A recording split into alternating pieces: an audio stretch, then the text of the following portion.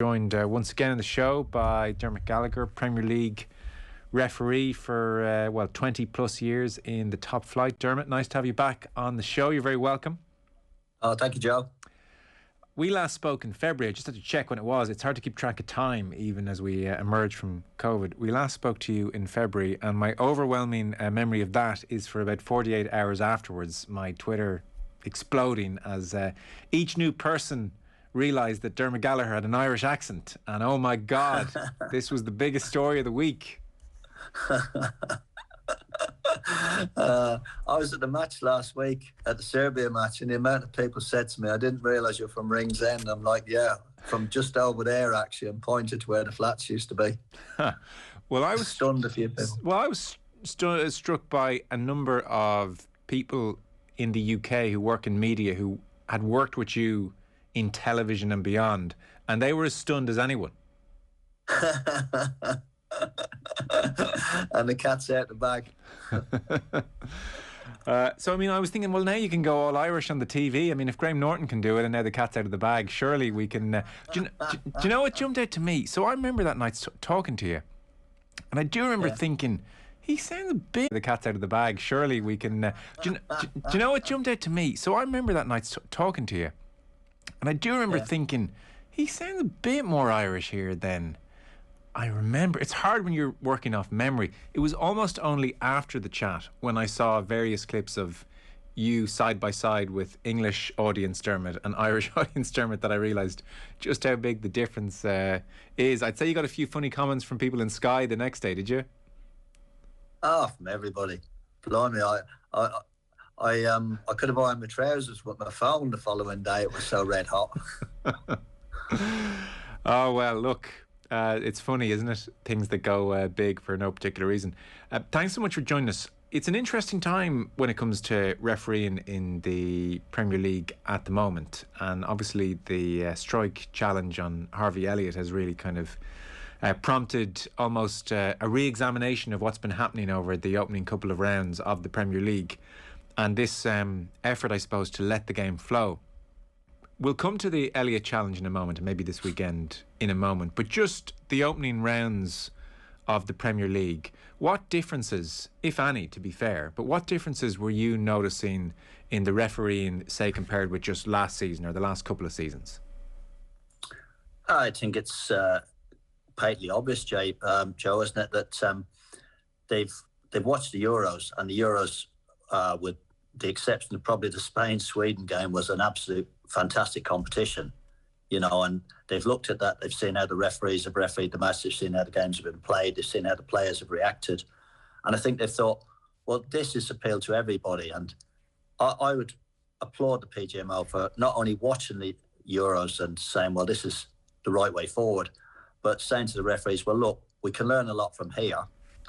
We haven't got to change the product, we haven't got to change how you referee, but we can adapt certain things, we can tweak certain things. And I think that's what they've done. They've done it really well. And they've played 40 games now in the Premier League. And I think, you know, one of the platforms I use on the Saturday, Sundays, I go out across the world with the Premier League football, analysing all the football. And it seems to have universal approval that everybody thinks it's a far, far better product now with more competition, if you like.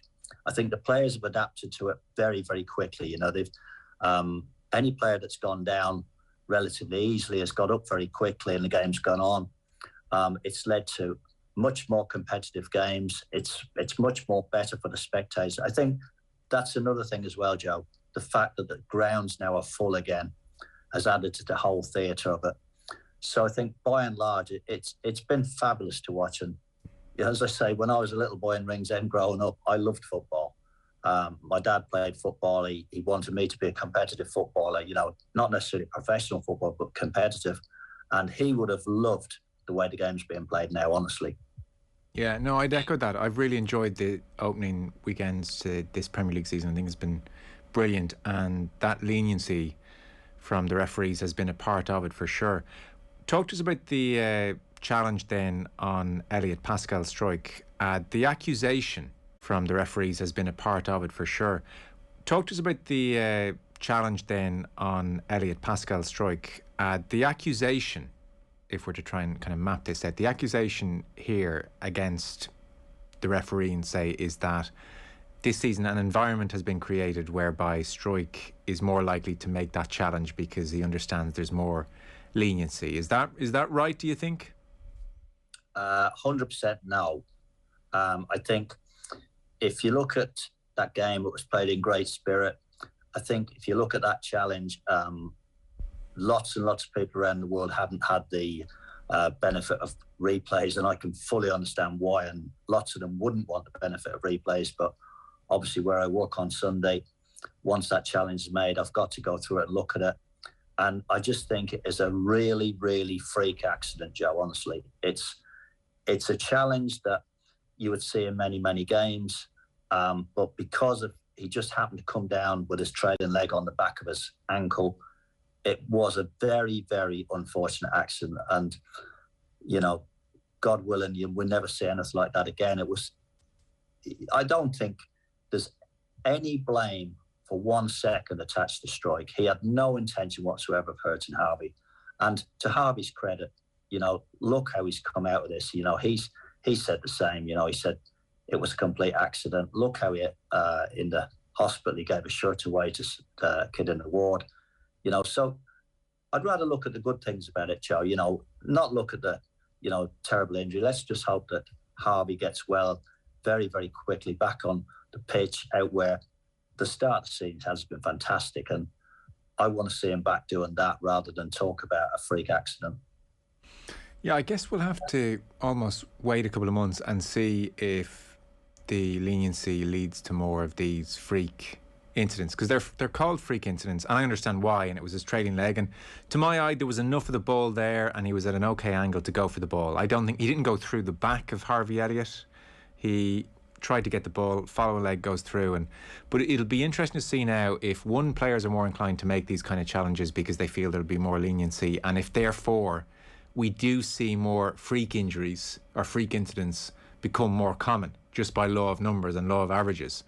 And that's going to be the interesting thing to see. And we may not know for a couple of months yet what the consequences are, I suppose, is the interesting point, because it's very easy to get emotional about one incident. Yeah, but be mindful, Joe, that the referees meet every other week and they sit down at camp, they go through videos, they study videos, and they're a fluid process. Yes, you know, if they feel that, you know, there's a little bit of advantage being taken in a certain area, they tighten up. You know, if suddenly, to give an example, if suddenly they see players throwing themselves to the ground simulating, you see a lot more yellow cards come out for that. And then what that does, that has the effect of acting as deterrent, and it stops people doing it. Well, you know, I don't think they will. You've raised a really interesting point there. So I was definitely, you know, I definitely really like the way the game has gone, and it's a game I kind of recognise a bit more. And you know, Tanganga for Manchester or for Spurs against Man City, one of the opening games of the season, and he in he alternating between Grealish and Sterling coming at him, he kept putting in tackles, and they were on the edge a little bit. I didn't think that any of them were dangerous, but I remember thinking this guy's going to get a yellow and probably a second yellow, or he'll be taken off before he gets the second yellow. He ended up getting man of the match, and I thought, God, this was a great duel. You know, it was brilliant to watch.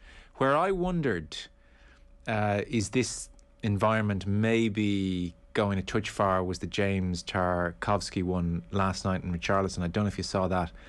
Neville and Carragher were pretty strong on Monday Night Football afterwards. They said he tried to do him. This was one where the ball was there, man was vulnerable, and you go straight through, you take the ball, but you definitely get the man and your studs are up. And it's, you know, Neville said it's the kind of challenge he's made 100 times, and even in the 90s it was a yellow. But I wondered with Tarkowski on that one, that struck me for some reason. I watched and I thought, oh, that's the environment. That's him thinking he's going to get away with this. And I was amazed, actually, that Martin Atkinson took no action. Yeah, I was working on that game, and I straight away thought I was a foul and a yellow card. So, you know, I would more than concede that one. I would never even try and defend that. What I would say, moving back to what you said about Tanganga, he had a great battle on Saturday with Zaha. Again, I was working on that game. They had a great battle. They ended up getting 2 yellow cards for adopting aggressive attitude towards each other, which I thought was absolutely correct. And then a few minutes later, Tanganga, you know, flew into a tackle and got sent off. So John Moss recognised, I can go so far. I can use the yellow card to try and defuse him, as it did Sahar. It didn't defuse Tanganga. He continued, got sent off. And if you want consistency from referees, Joe, 3 o'clock later in the afternoon, Antonio and Stevens, almost carbon copy, got entangled with each other. Both ended up getting yellow cards. And then, ironically, Antonio makes the same lunge and tackle and gets sent off. So the referees, I think, have been very consistent. They've been willing to give a bit, but they're not bending over and letting players take advantage. We saw 2 cases there where the referees, I've bent so far, but now I can't go any further, and both players were dismissed. Yeah. We can't be inside a player's head, obviously. I did get the impression the Tarkovsky tackle wouldn't have happened last year, actually. I got the impression that was in part down to a general sense he has of the current environment. Maybe. As you said, I can't read players' minds either. As I said earlier, Joe, I do think it was a foul. I do think it was a yellow card. I was surprised like you, but I've seen all 40 matches so far. I've seen them all live. You're right. And I can tell you that, you can watch 4 matches, you can watch 40 matches. You're always going to be able to pick out an incident. There's no doubt about that. That's the nature of the beast. That's the subjectivity of it. But what I would say is the overall package over 40 games, I think, has been wonderful. Yeah.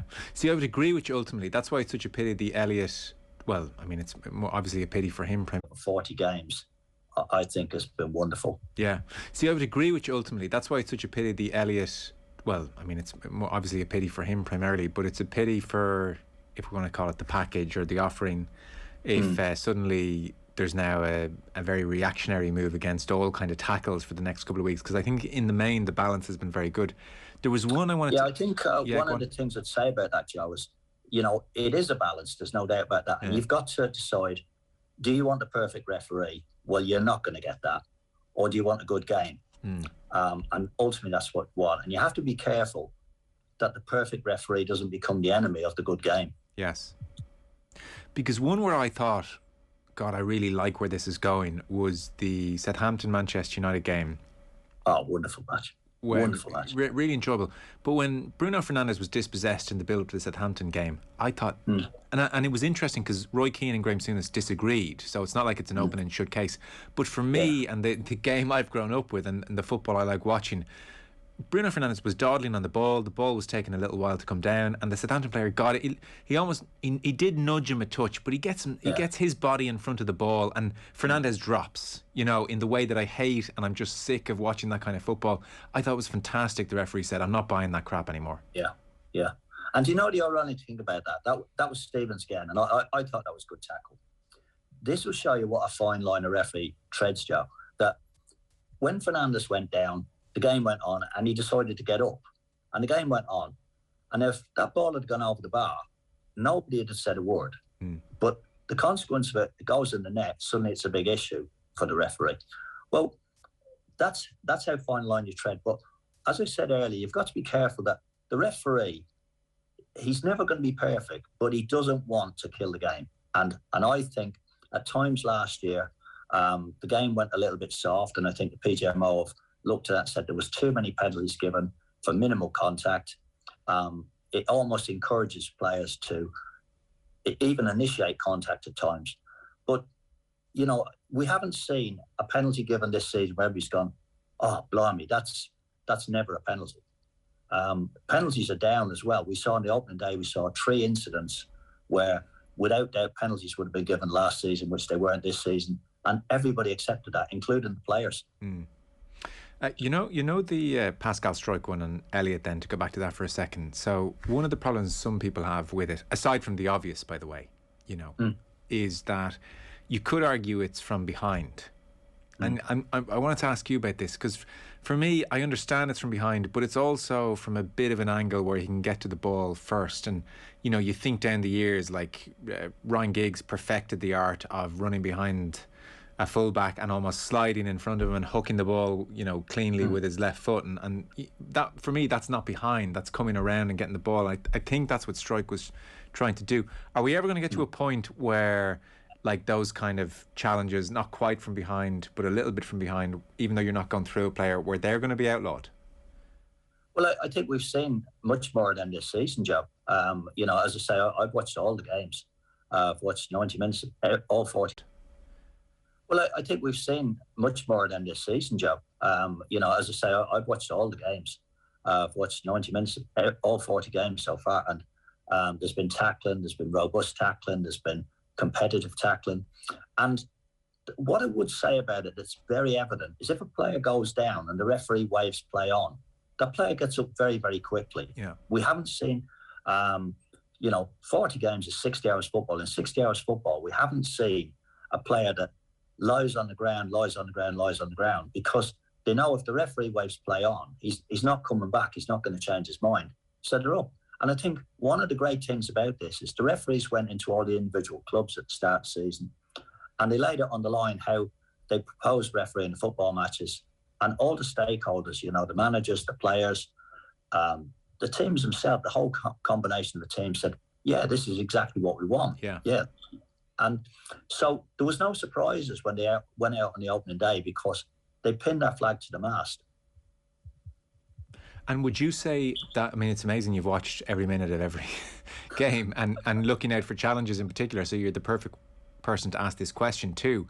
Would you say as the weeks have gone on that you have noticed an upping of the physicality stakes and the tougher players, the tacklers have reacted to that bit more license? Have you noticed a bit more bite in the tackles as the weeks have gone on? What I would say is when that's happened, the player's been red carded. We saw Fornell's, the West Ham player, he overrun the ball. We saw the two on Saturday. Were sent off, and I think the referees are mindful of right. We've got to allow the players to express themselves. We've got to give them freedom to compete, but also they're mindful of the fact that number one, you have to control the game, and number two, you have to protect the players. Yeah. And number one and number two aren't in order; they're parallel. That's your key role. Because watching the first half, say, of Liverpool Leeds, it was brilliant. And even on Sky, Gary Neville was kind of half remarking to Martin Tyler, who was saying, but Premier League's around for 30 years now and people hark back and this era is better than that era. He said, in terms of quality, pace, atmosphere, everything, this is pretty much as good as it gets. But also, it didn't strike you as a game bubbling away and you didn't get a sense there's going to be an injury here. I didn't look at the tackles and think, oh man, the game's out of control here, someone's going to get hurt. I didn't think that watching it. And that, Joe, was exactly my point, is that tackle went in, just like it would in any other game. But as I said, a freak accident that nobody could have legislated for. It just came out of the blue, and these things happen now and again. They don't happen week in, week out, thankfully. They happen once 3 or 4 years. I look back over the Premier League and you think of the freak accidents, maybe the Arsenal player Ramsey, David Busst of Coventry. There's so few that, they stick out, they stick out in your mind. And fortunately, they are so few. But I don't think you need to highlight. The big thing is for me this season, is I can't emphasise it enough, is that the Euros were fabulous, absolute fabulous tournament. And the Premier League, the first 40 games has kicked off in very much the same vein. Yeah. And if the next 340 go like that, I will be the happiest man that ever walked out of Dublin, I tell you. Yeah, I would tend to agree with you. I think it has been a brilliant start to the campaign. One last one, just to get your thoughts on, was the Pogba Ruben Neves one, which Souness afterwards called a leg breaker, and you could see where he's coming from. And the panel, I think Roy and Robbie Keane were in studio that day as well, and saying, well, if Neves had gone down a bit earlier, he might have got it. But I didn't really agree with that point. I thought Mike Dean was right beside it. I didn't understand Dean not recognising how dangerous that one was. That one was really surprising. Well, again, a lot of split views on this. You say that Souness said, that there's a lot of people. I do the ref watch on a Monday morning on Sky, and neither Sue or Stephen thought it was a red card. Neither of them thought it was a yellow card. Stephen thought it was foul. Sue thought it was foul because you see the pad move. but they didn't think that it was as dangerous as people made out. And I think the difficulty there is that in football, people see things differently. You know, it's not an exact science, football. And what was your reading that? Because I think when Pogba goes in with his leg straightened and studs up, and Neves' leg is like that, then it's only by the grace of God he doesn't catch him full on. Well, it's difficult, isn't it, to say somebody's gone in to break a leg when they just nip a pad. You know, I think you've got to be careful. I didn't think Pogba was trying to break anyone's leg, but I thought that type of challenge was dangerous in the extreme, like it was reckless. And he was just lucky he didn't do damage. But I mean, when you put your foot that high and your stud's out, there's a chance you're going to do damage. That would be my logic on it. Doesn't mean he was trying to, but it can be dangerous. Yeah, you run a risk. But, I mean, as it was, he nipped his pad in because we saw his pad moving his sock. Yeah.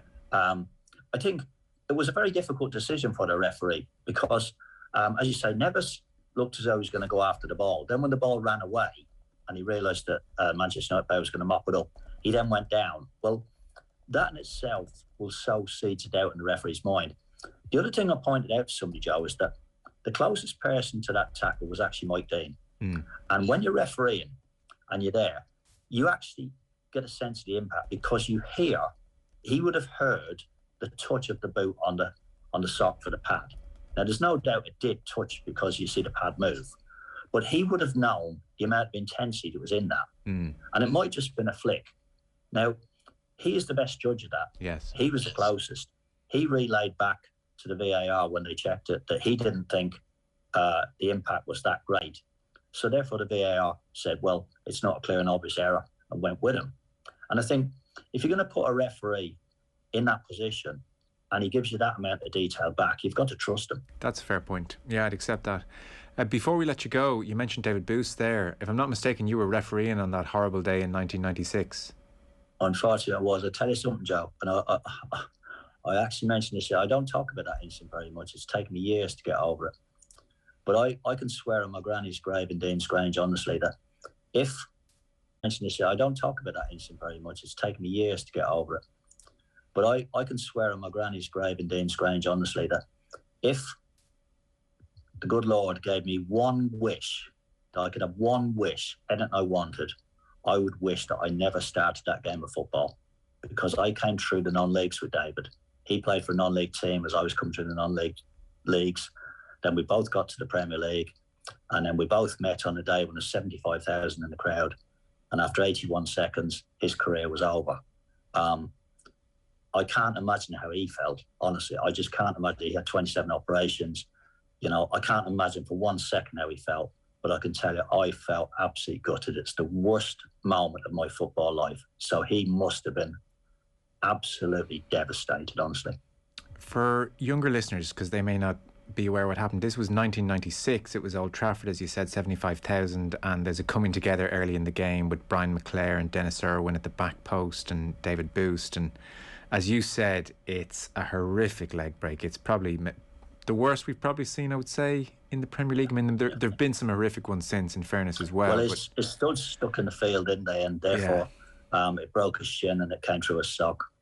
It was just horrendous. There's an image of them washing blood off the pitch afterwards, and I know Peter Schmeichel went and had to get. He was sick. He was physically sick because he was nearby. And as you said, 27 operations. I think in the first 12 days he had 10 operations. This is how serious it was, and it was infected. Well, and everything. Just to show you how serious it was, Joe. You said the image of the blood on the pitch. It was me that mopped it up, and the blood was actually bone marrow. Right. That's how bad it was. God. So you can understand why it took me over 20 years to talk about it. Oh, I can imagine. And where were you on the pitch when it happened, Dermot? Right by him, because me and Dion Dublin were the closest two people to it, because it came over from a corner. Okay, because I saw a photo, and it didn't have you in it, but it had Dion Dublin looking down at Irwin and McClare and Busst, but it had Dion Dublin as a player knowing, like screaming and putting his hand up straight away. So you obviously must have known straight away too. Yeah, but I told Schmeichel to throw the ball out because I just saw his leg. Just told him to, and that's when he looked down and I thought he was going to be sick. But that was then, this is now. You know, as I say, it was. If I had one wish, I swear that on my granny's grave that I didn't kick off that game. No, that was horrific. And do you remember David's reaction on the floor?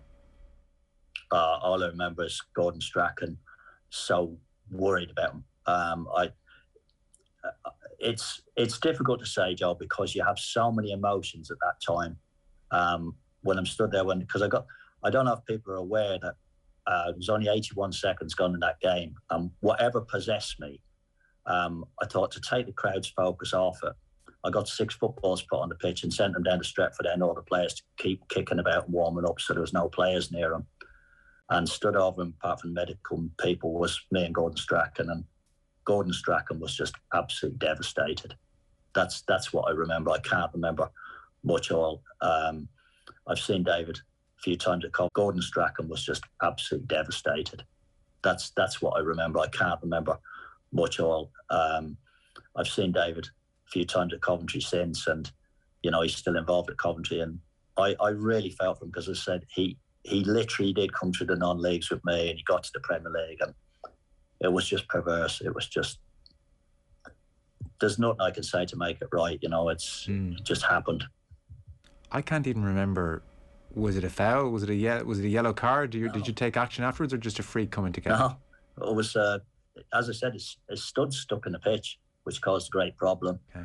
And as he's gone forward, the momentum of his body going forward has snapped his leg. But not to be repeated ever, hopefully.